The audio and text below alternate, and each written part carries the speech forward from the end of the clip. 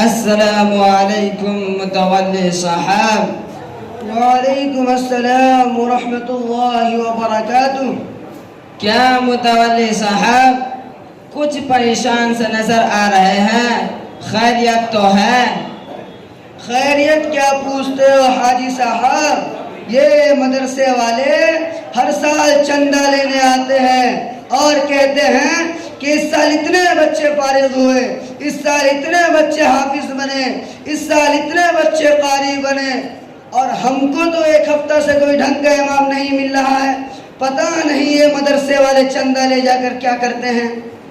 ارے متولی صاحب، آپ تو خواہ مدرسے والوں سے بدگمان ہو رہے ہیں۔ وہ بیچارے تو ہم سے ہمارے مال کا میل کچیل زکوٰۃ صدقہ فطرہ لے کر جاتے ہیں، اور وہ بھی ہماری ہی قوم کے غریب یتیم نادار بچوں کے تعلیم و تربیت پر خرچ کرتے ہیں۔ رہ گئی بات اچھے امام یا مؤذن کے ملنے کی، تو وہ تو مال پر ڈال ہے۔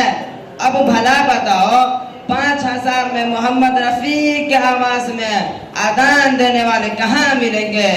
اور 8,000 9,000 میں امام حرم تو نہیں ملیں گے۔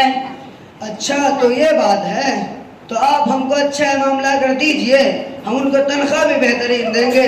مگر حاجی صاحب یہ دھیان رکھیے گا، پہلے ہم مولانا صاحب کا انٹرویو لیں گے۔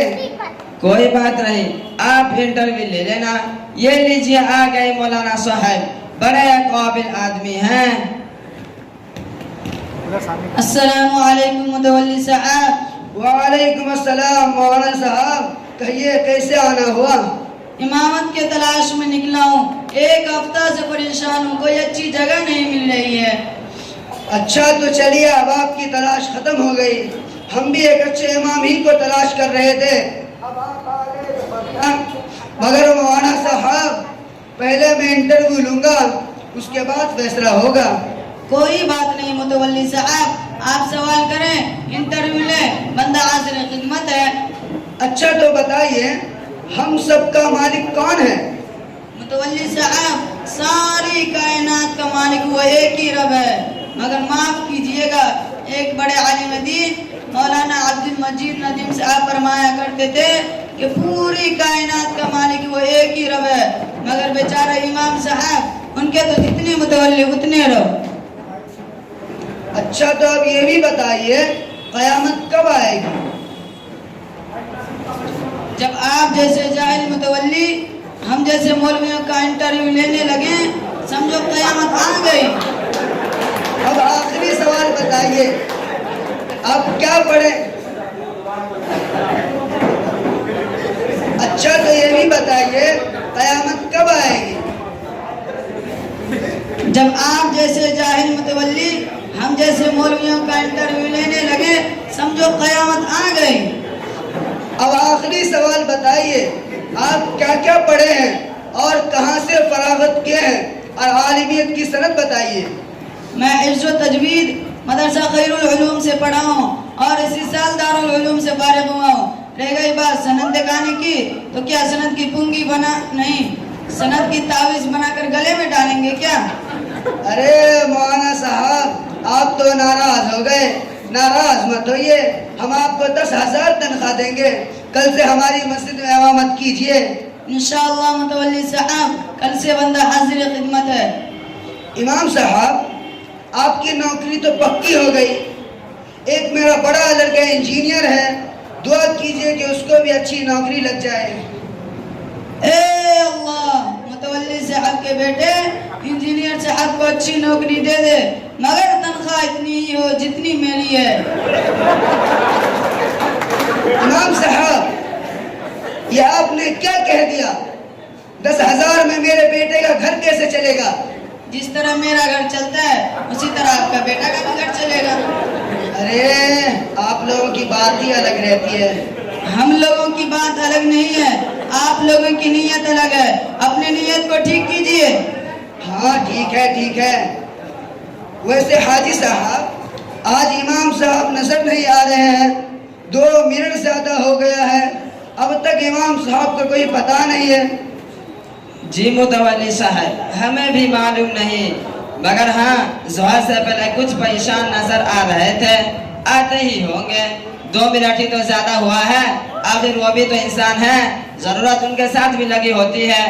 बस लीजिए वो आ गए इमाम साहब। रुकिए इमाम साहब, आपको नमाज का वक्त मालूम नहीं है क्या? आप ताख़ीर से क्यों आए?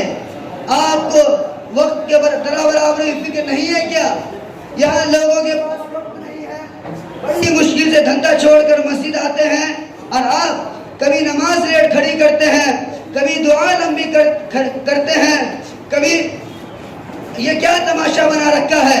अगर ढंग से ड्यूटी दे रहे हैं तो ठीक, वरना अपना इंतजाम कर लीजिए। मुतवल्ली साहब, आप एक बार पूछ तो लीजिए आखिर क्यों देर हुई? बस इमाम साहब के आते ही बरसने लगे। मालूम होता है कि आपने इमाम नहीं मजदूर रखा है। बताइए इमाम साहब, आप लेट क्यों हुए? जी हाजी साहब, मेरी वालिदा की तबीयत नासाज है, उनको हॉस्पिटल में एडमिट करने में देर हो गई। अस्तगफिरुल्लाह अस्तगफिरुल्लाह।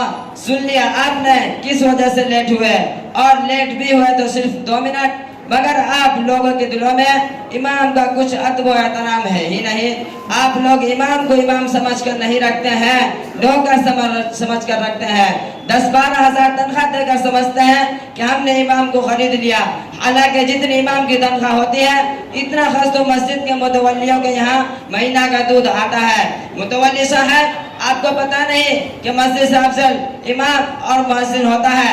आप सल्लल्लाहु अलैहि वसल्लम ने काबा से मुखातब होकर फरमाया कि ए काबा, तुम्हारे इज्जत और हरमत अपनी जगह, मगर इससे 1000 दर्जा बेहतर एक मुसलमान की जान और माल और उसकी इज्जत और हरमत है। अगर कोई मुसलमान की बेइज्जती करता है तो वो काबा के ढाने से भी बड़ा गुनाह है। इमाम साहब, जरा इस पर आप अच्छी तरह रोशनी डालिए। तो सुनिए, आज मुसलमान पर जो हालात आ रहे हैं कि उलमा का खून चूसने और उसका अदब एहतराम न करने की वजह से, आप सल्लल्लाहु अलैहि वसल्लम ने हजर अस्वद से मुखातब होकर फरमाया कि तुझसे ज्यादा इज्जत वाला एक मुसलमान है। तो जब एक मुसलमान हजर अस्वद से अफजल है तो एक आलिम दीन बदर जहाँ अफजल होगा।